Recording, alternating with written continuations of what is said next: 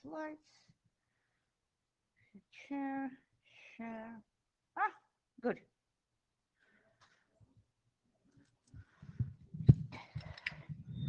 Hello. Okay, let's see if it works. Welcome to Operational Security Capabilities. Rona is joining us remote.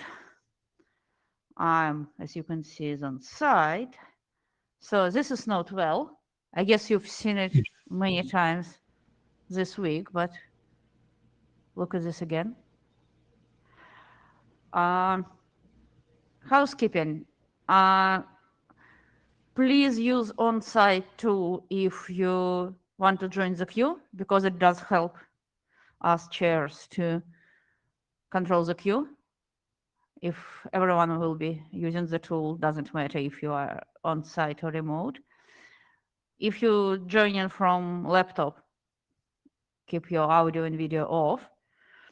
And don't forget to leave the queue when done. What? Yeah, and speakers for those who are on site, I'll control the slides. We need meeting minutes taker. Any volunteers?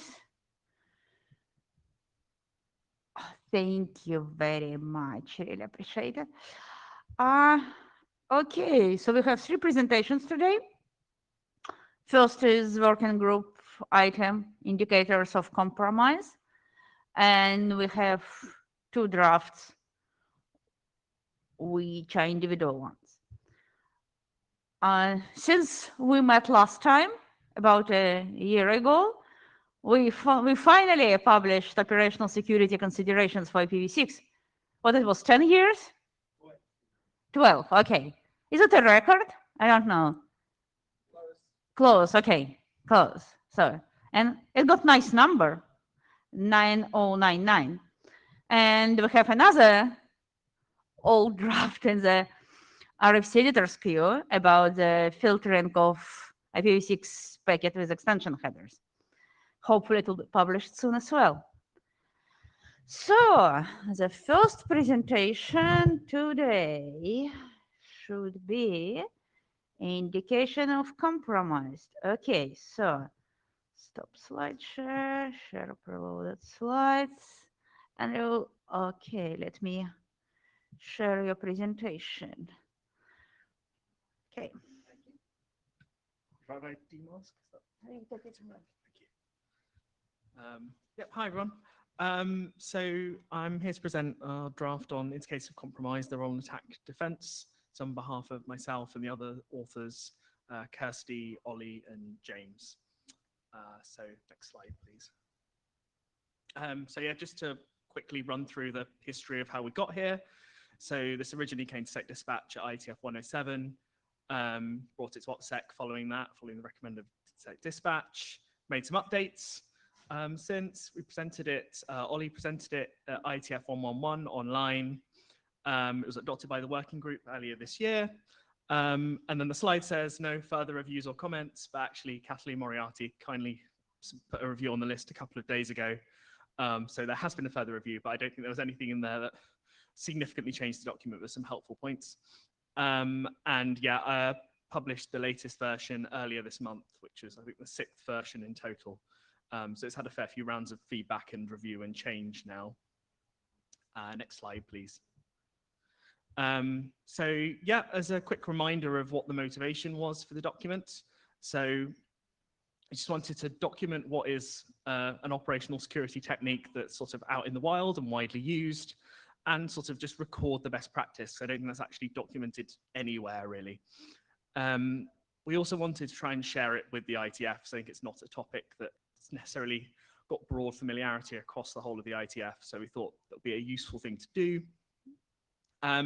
We also wanted to just try and address that it's sometimes overlooked in protocol design. So a lot of protocols will make decisions that basically make these IOCs, which I'll cover the definition again later, just make them harder to use. So we just wanted to make people aware. So if a protocol is coming out that's going to make them harder to use, that people know they're doing that and know what the trade-off is there. And lastly, I just wanted to bring some cyber defense expertise into the IETF. So all the authors work in cybersecurity, so want to try and bring that, because I think there's not too many cybersecurity professionals across the IETF, possibly with the exception of this room, but wanted to sort of bring that in and thought this would be a good way to do it. Next slide, please. Yeah, this is the abstract. I'm not going to read it. You can all read it separately, read the draft if you haven't already. But sort of roughly just cover what indicators of compromise are, some ways you can use them, some ways they have been used, and roughly what their benefits are and what their limitations are. And as I said, some best practice. Next slide, please. Yep, so just to recover what IOCs are for those who haven't read the draft. So they're basically artifacts that you can use to sort of identify an attacker who's attacking your network, your computer. So these include things like their tactics, like how they act, the techniques they use, the tools they might use, or just like sort of IP addresses that they come from, and domain names associated with the attack. So some more examples there, including sort of hashes of malicious executables that they're using. And yeah, more of the tools. As we cover in the draft, like the range of IOCs that exist have different sort of benefits and difficulties. So obviously like finding a domain name associated with an attack is quite easy, but it's also relatively easy for an attacker to change if you start blocking it. But if you put the effort in to diagnose exactly how they run their attacks and what tools they're using, that's much more fundamental to their MO. So it'd be much harder for them to change. But IOCs run that whole gamut. Next slide, please. Yep, so a quick outline of the draft. So we cover what the fundamentals of IOCs are, so what they are. So I just mentioned the pyramid of pain, which is that sort of scale I just discussed, and the life cycle, like how you use it all the way through from finding an IOC, like noticing it in a live attack, all the way through to deploying it out to the wider community so everyone can defend themselves, and through to like retiring it when it's no longer useful as attackers move on. We cover how to use them effectively, what some of the benefits are of using them, and a couple of case studies where, in order to prevent sort of widespread attacks, IOCs have been sort of collected and shared and been put to good use to prevent attacks spreading. And then some of the limitations, like they're a relatively lightweight way of defending your network, so that comes with some trade-offs. And yeah, thinking about the different types of precision you get with different IOCs and the time and effort it takes to diagnose and use a given IOC. And then lastly, a brief bit on best practice, including sort of how you should share them amongst defenders. Next slide, please. Yeah, so this is a very quick presentation, just sort of remind everyone about the document. So we'd love further reviews and comments. I said we now had one from Kathleen, which we'll look to work into a future version, but any more comments and reviews really welcomed. And I suppose given we haven't had any major like comments or problems coming up on the mailing list or from any other quarter for a while, we want to know, like, do we think this is ready for working group last call? So we think it's pretty stable. We think it's in quite good shape. So yeah, that's it. Quite quick presentation. Any questions?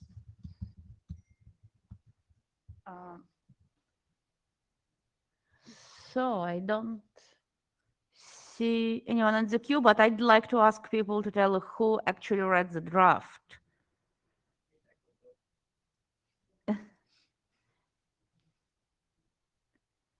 I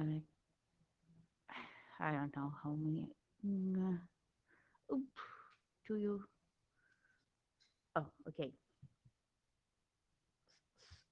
Oh, sorry. I'm trying to do it on Meetup. I think I click on the wrong one. So I would like to get volunteers to review it during the last call. Any volunteers to do this?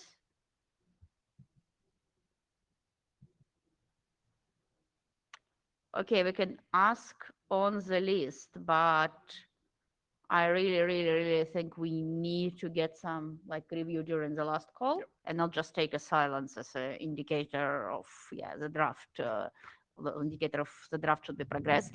But yeah, I will start the last call on the list after like next week, probably sometime. So I see some comments in the chat. Sorry. Yeah. Okay. Cool. Thank you very much. Thank you. Yeah, and if anyone wants to talk about the draft or if you haven't read it, please do seek me out. I'm very keen to talk about it. Thank you. Okay. Share slides. So the next one should be source address validation. Igor, or who is presenting? Huh? We lost our presenters. Okay. I see. Just a second.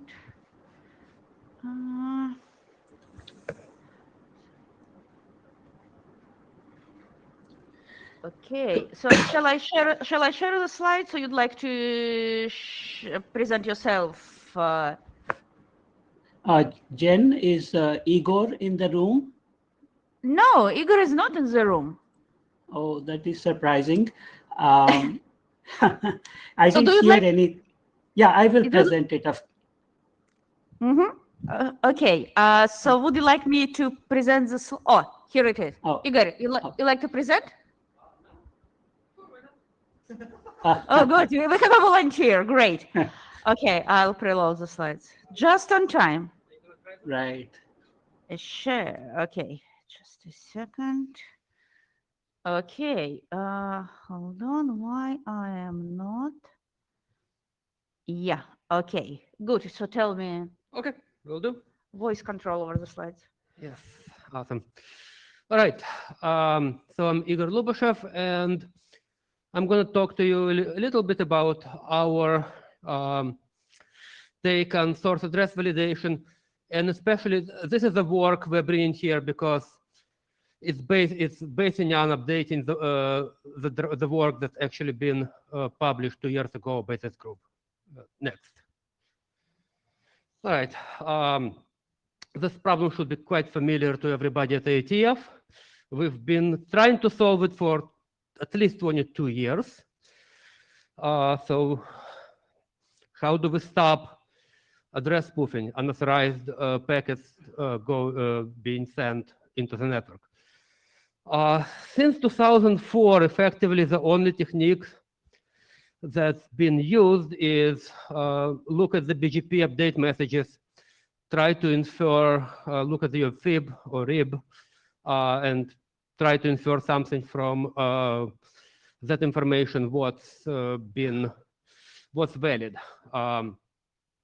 Feasible path was the best thing, which was not saying too much because it was proving quite useless in practice. It assumed absolutely no route filtering, so effectively very little traffic engineering. Well, that's not real world.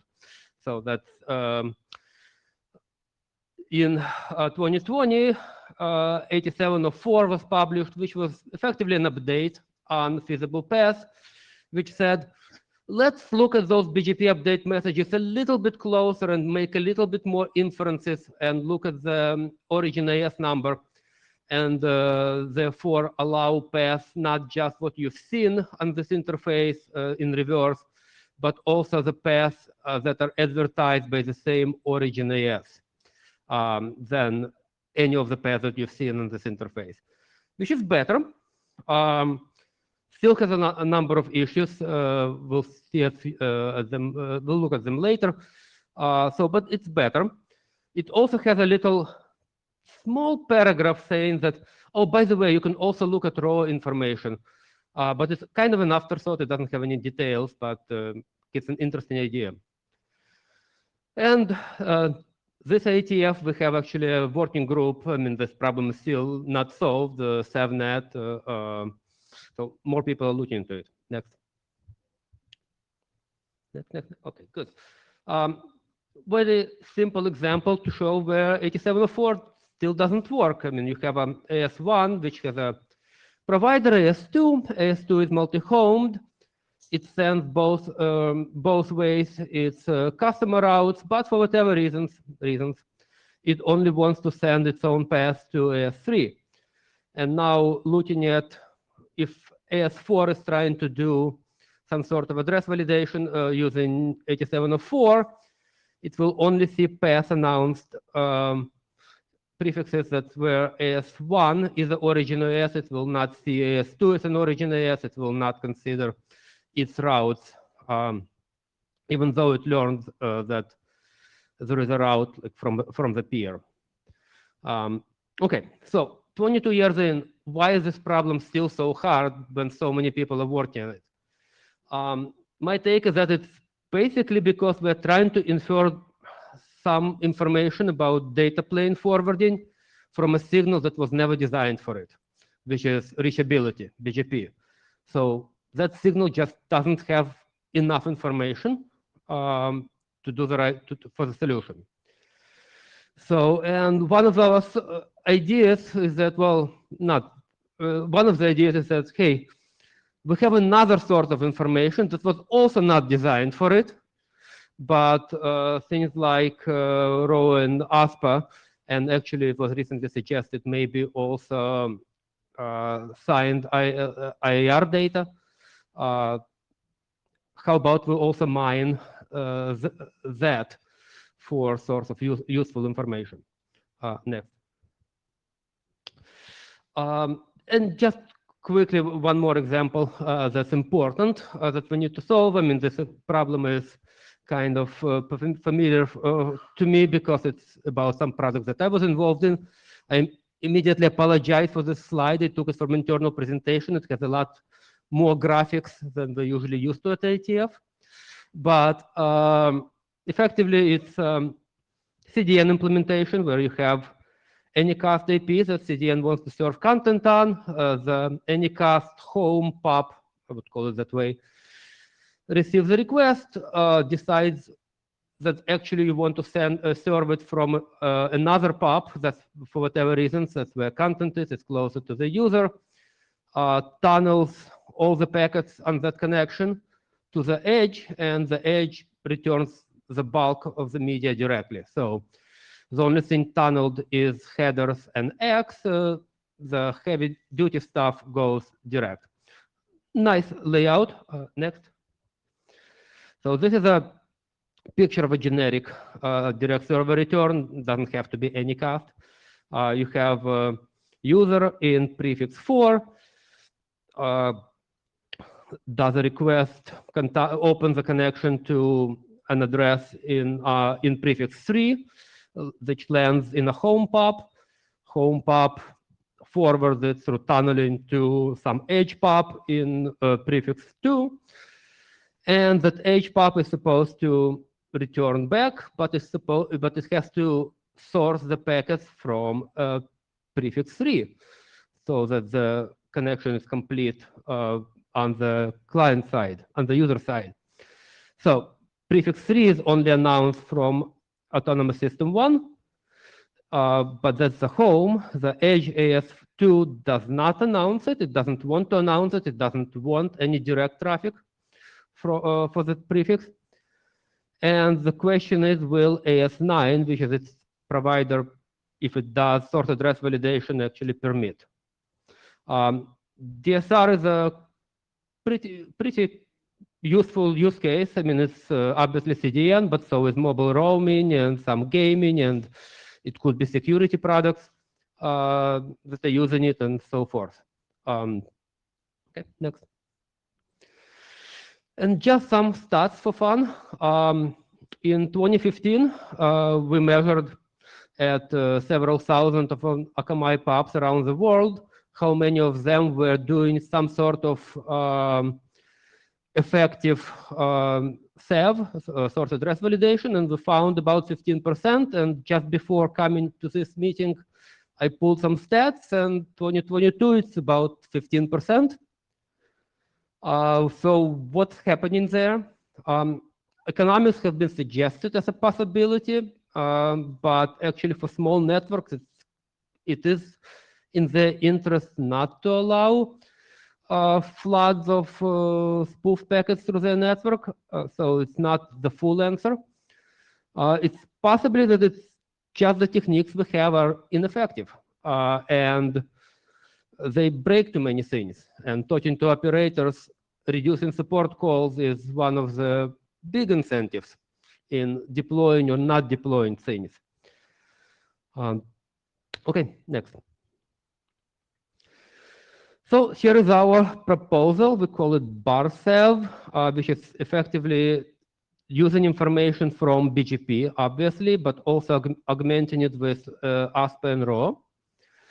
And it's first of all, it's just an improvement on 8704 that Opsec published 2 years ago. It's effectively using existing data in BGP update messages better. 8704 was just looking at the origin AS number as a signal. BARSEV is looking at every single AS number in the AS path as a signal. We can look at it later a bit how it's doing it. And it's augmenting that information with info in ASPA and RAW. And one very important thing is deployability is key. Deployability is super important. And this algorithm requires no change on the wire in any of the protocols. So the very first network that adopts it will actually reap immediate benefits. And that's important. Next. All right, this is a slightly busy slide with a lot of circles, but its only purpose is to say that the algorithm works equally, exactly the same thing, both on customer interfaces and peer interfaces to build a SEV list. Next. High level of how the algorithm works. It's effectively a two-phase algorithm. Phase one, you want to discover the customer cone. Phase two, now that you have a set of AS numbers in your customer cone, you want to discover prefixes that they own. How do you discover a customer cone? You start with a single AS number that you know, which is the AS number of the other side of your interface, or your customer or your lateral peer. And then you look at you can look at ASPA and see what networks define this AS number to be their provider. So that's basically that's a customer relationship. And then you also look at AS path of all BGP messages, no matter where they're received, no matter what interface. It could be your peer-to-peer interface, it could be your coming from transit, doesn't matter. And you see what AS path, look at all the AS paths and see what is the previous AS number to this AS number is in any path. And the previous one will be its customer. So you discover a few AS numbers and then you repeat the process for the newly discovered numbers and you stop when there are no more new AS numbers to discover. Once you're done, you have a set of your customer cone. When you have a customer cone, you look at raw information and find all the raw entries that list the customer. And you look at all the BGP entries, BGP update messages, and just like 8704, find where an AS number in your customer cone is the origin AS number, and you add those prefixes to your SEV list. And you merge everything together, and that's your SEV list for the interface. Next. All right, next. Super busy slide. Don't read it, but just the point is that it has a lot of different cases. It has it has route filtering in it. It has prefixes that are published in RAW, prefixes that are not. It has autonomous systems that have ASPA. It has autonomous systems that don't have ASPA. What we're going to do is just give an overview how the algorithm again will work, which is next. So first, you discover the customer cone. You're looking at the AS4 customer interface with AS3. You look at AS3, there is nothing in ASPA that defines AS3 as a provider, but there is a bunch of AS paths in BGP update messages, and you find the previous AS numbers. You discovered a few new autonomous system numbers. Iteration 2, for all the new ones, okay, well, now we discovered that AS1 and AS2 are listed as providers for a few autonomous systems. You add them to the list. You look at BGP. Well, AS6 is listed again. Great. Well, AS7, now you discovered AS7. One more path. You discovered nothing new. Fine, you have your customer cone. Next. Now you look at for each AS number in your customer cone, you look up row, you find prefixes, you look at all your RIB effectively for every interface, and you discover a few more prefixes where these autonomous system numbers are in the origin place, and you got your SEV list. Next. Now we can go back to the example we've seen before. I mean, it's kind of a very trivial example. So 8704 wouldn't discover prefix 2, but BarSev will easily do that. It will build a customer cone. It will trivially find that AS2 is in its customer cone. Even if there was like some intermediate system between AS2 and AS4, it would just find AS2 by following the rules. And once it knows that AS2 in its customer cone, it will use a BGP update message from its peer to see that, oh, prefix 2 is originated by AS2, so add it to the SEV list. Next. CDN example. Our CDN owns both autonomous systems 1 and 2, and it owns prefixes 1, 2, and 3.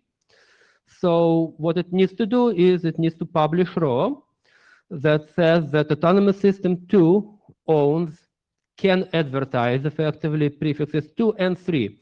Now it never means to advertise prefix 3, it never will.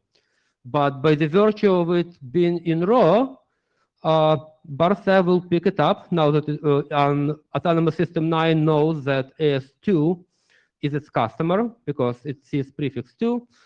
And from row, it will pick up prefix 3 at also belonging to prefix 2, and therefore direct server return will work fine because prefix 3 is known to be in the sublist for that interface. Next. Now, looking at having ASPA will actually help you find route leaks. Obviously, that's kind of one of its main purposes. And it also can be used, and also would be used by BarSev algorithm by effectively checking the path. So in this example, you have AS2, which has leaked a route from its peer. So the route to the red one, the route for prefix 5 has been leaked to AS9. But when AS4 is doing BarSev, and first thing it will do is to check ASPA. So when it's seeing AS2, it sees that, when it sees a prefix that has AS8, and AS2 is after it in the path, but AS8 is found in ASPA, but AS2 is not its provider. So first of all, of course, this route shouldn't have ever been even accepted for forwarding, but it will also not be used. So this AS2 will never be added as so AS8 will never be added as a customer of AS2. And So therefore, AS8 and therefore AS5 will not be in the customer cone. So AS5 is not going to be allowed in the SAV list on AS4 to AS2 interface. That said, in the draft, we say that, hey, if that prefix actually made it to AS4 for some reason, you could still infer that AS9, well, AS9 is a provider for AS2, so AS2 is a customer of AS9. We obviously will ignore AS2 to AS8, but we can, if for whatever reason we need to, it's still in, we could use information saying that AS5 is a customer of AS8. Now, in our search, it was never needed. In a more complex network, it could have been something that could have been used. Okay, next. And okay, that's basically that's the highlight of the proposal. Okay, questions?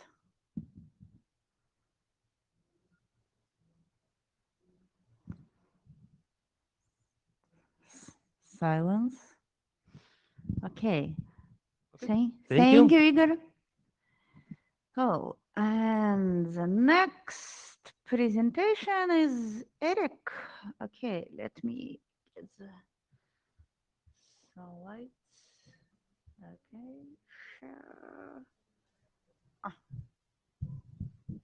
Okay, thank you. My name is Eric, and together with Justin, who is in the room as well, and Benoit, who is on vacation somewhere, I don't know, in a beach or in a winery, we wrote this small draft. This is most probably the smallest draft I have ever written, so we'll be pretty quick. Next.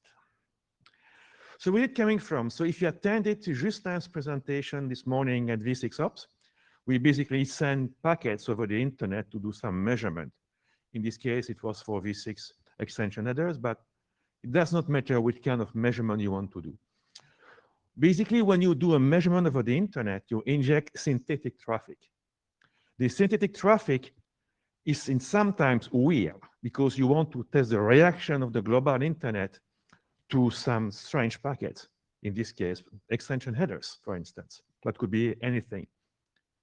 Sending strange packet to the network may trigger security alert. Sometimes unusual traffic pattern, different size, or even crash some system. Of course, it's not the intent of the researcher sending those weird packets, those probes, to crash the systems or trigger alerts, but it's a side effect. So the thing, if we want to do a research over the internet in a fair way, I think the bare minimum is to advertise in the probe or something who is sending those weird packets, basically claiming it's not an attack, and please contact me if you have an issue with this. Next. Again, the idea is pretty simple, 5-page internet draft, right? The goal is to have a URI describing the experiment with contact details and some more description.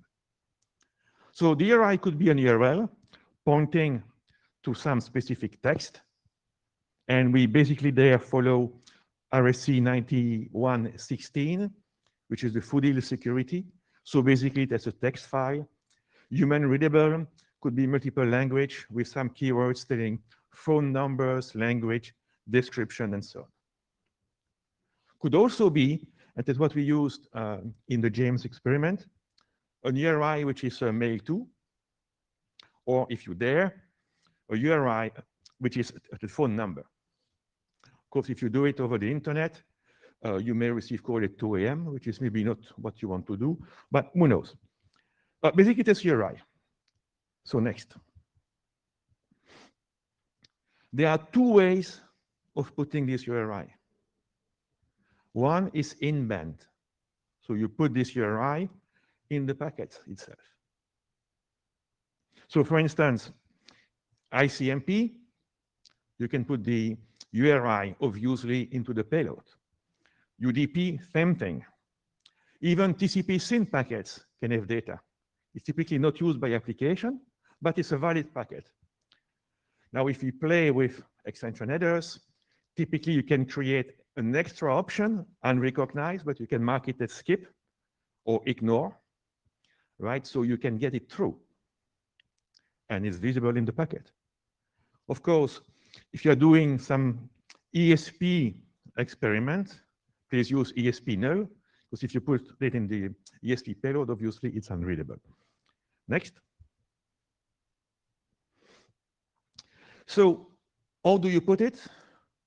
What we do, if you do the URI in the data payload, and you are allowed by your experiment to put it directly after the, let's say, UDP or TCP header, you do it, put it there, and you terminate by a null byte, just to be clear. Now, if your experiment requires you to put some data into the payload or into the extension headers, you put the same URI, but to be sure that to start, where is the start and the end, you put a null byte before and a null byte after. Next. If you don't do this, and again, it's no rocket science, if you are for some reason unable to put this URI in the packet itself, you need to use an out of band. You rely either on reverse DNS, and you use a well-known URI, right? Simply, if it's reverse DNS makes example.net, you use a .wellknown/probing.txt. This requires an IANA section for this, which is in the draft.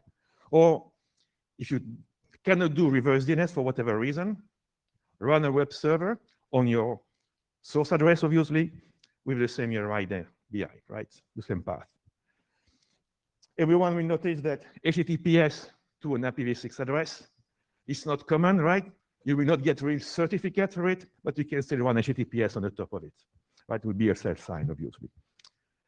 And I think in the next slide is the last one. So we use, Justin and the students and myself, this technique based on previous experience. Suggestions were already received, I think, by Fernando and a few others on the list. Comments are welcome. It's a very, very simple thing, but I think it still deserves publication as a RFC, the most simple one. Again, so questions and maybe call for adoption. And I hope it was useful. And it looks like there are questions. Yeah, I see people in the queue. So, Ron.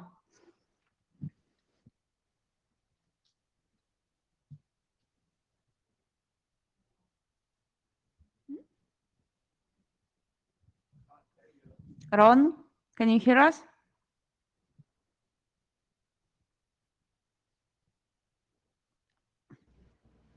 Can you hear me now? Yes. Okay. An unexpected consequence of this draft might be that network operators filter packets that contain the URI. It's of no benefit to them to participate in your experiment, and there is risk involved. That may bias the results of the experiment that you're performing. Have you thought about that? No, I was not thinking about this, but it's for sure that, yeah, that's a, to come back on the first presentation, that's a kind of indicator for compromise somehow. So it could be detected as an attack or even could be proved as a dropping packets or improving the quality of service for these packets to say, hey, this ISP is better than others. Who knows? Yeah, that's a fair statement. It deserves at least to say it in a paragraph or in a section in the draft. Thank you, Ron.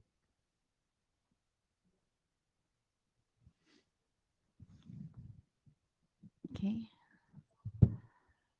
Annalena? Yes, hi, Nalini Elkins.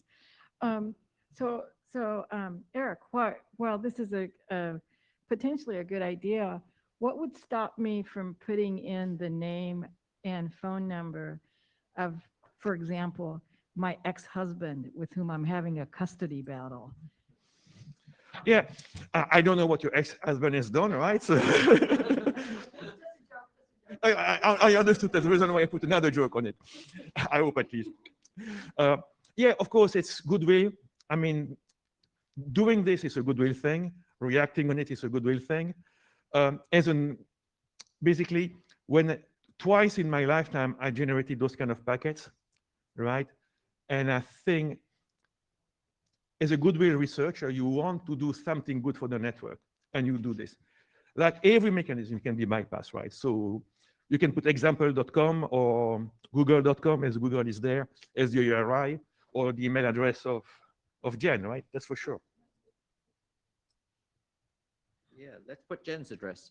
Yeah. So you said you did this for the V6 James thing? Correct. Which one of them did you do, and did anybody ever contact you? Nobody has contacted us, and we were using the mail to URI. Inbound or out of band? In-band. Not only because it's short, right? Okay. Nalini, are you in the queue intentionally or you just, I can remove you just. Okay. Fernanda? I won't necessarily say that I regularly send these packets, but let's say that I know people that regularly send this kind of packets. And, you know, well, you know, in theory, it seems to be a good idea. You know, the challenge that I find is that quite often it would affect the proof packets that you'd be sending. Like, for example, just to pick on one specific example, but that's just because I heard it during the presentation. If you include data in a scene packet, there are systems that might process the packet differently as they do without the the data in the scene packet itself. What I know that people do when they want to be, let's say, friendly about the experiments they do is, if they are, going to poll the network from, some address, is, on the one hand, configure the reverse DNS mappings for the address that you use for the proofs, and then host a website on that address such that you can explain in that website, what it is that you're doing, what you're doing it for, and so on. On the one hand, because probably, the people that detect these things, they test, they go directly there just to check. And the second, because in that way, you're not affecting the proof packets themselves. That's a fair point for the in-band use of it. And the out-of-band, it's either you run it on the root, the root of the web server, or use the .well-known probing.txt, right? Yeah. Yeah. Yeah. We agree. Thank you. Robert? Hi, Robert Story, ISI. I had two comments. On the in-band, have you thought about maybe putting some kind of identifier in the packet for people to, for example, maybe something like Wireshark or TCP dump, to be able to recognize what's in the packet and show it? Because a lot of people, they look at a raw packet dump, they're not going to go to the effort. They see some ASCII, they may or may not delve further. But if Wireshark or something automatically call it out, like a magic bytes or something like that. Right, yeah. exactly. 6 bytes that are Right. Okay. And speaking to the earlier point where people could be filtering, that could be considered a feature. Most people that are doing research projects allow people to opt out, and having the identifier, they'll be able to recognize those packets. And there was a recent discussion on NANOG about this very thing by somebody very irate at getting some packets. So I think that could be considered a feature. Yeah, I do agree. Thank you for the suggestion. Yeah, I'll hijack myself to the queue. No hats on. I'm just thinking that running web server or something on the source address of the probe probably wouldn't be always feasible if you have a lot of vantage points, like a RIPE Atlas, right? You like, no way you're gonna do it on your every single Specifically when you device. have dynamic source address. Yeah, right? yeah. So I don't think it's in general feasible approach, because I think most of the measurements are actually done from a lot of different vantage points. It's not like you run a measurement from one single thing. And the other point on this, if you're using V6, you typically have a /64, and you can get to the power of 64. Right now, we can see as well on the reverse DNS on this, but watch it. Igor, are you in the queue?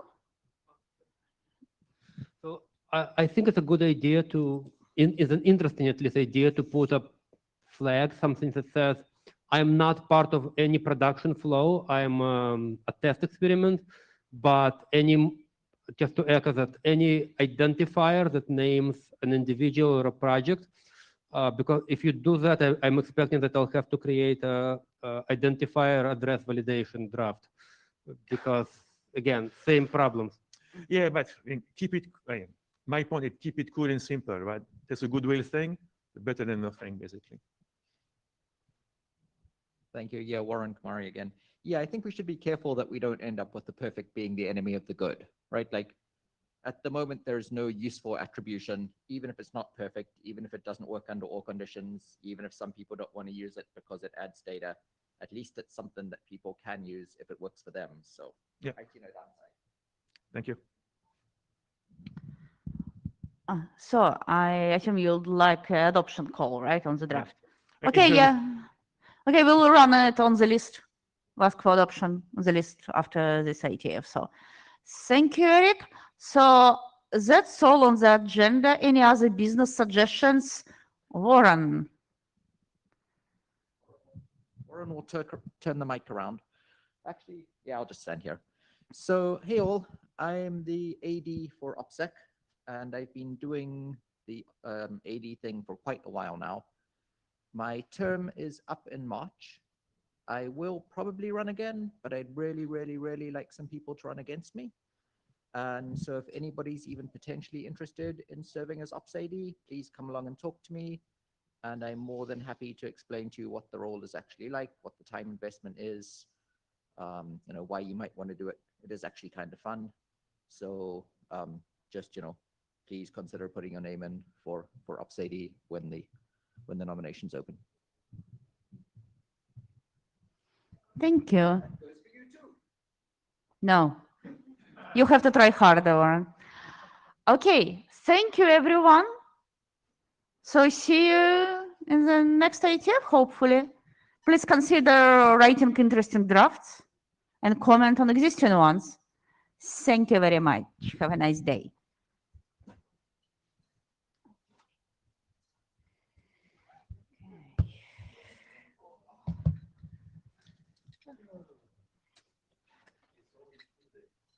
Yeah, I feel like it's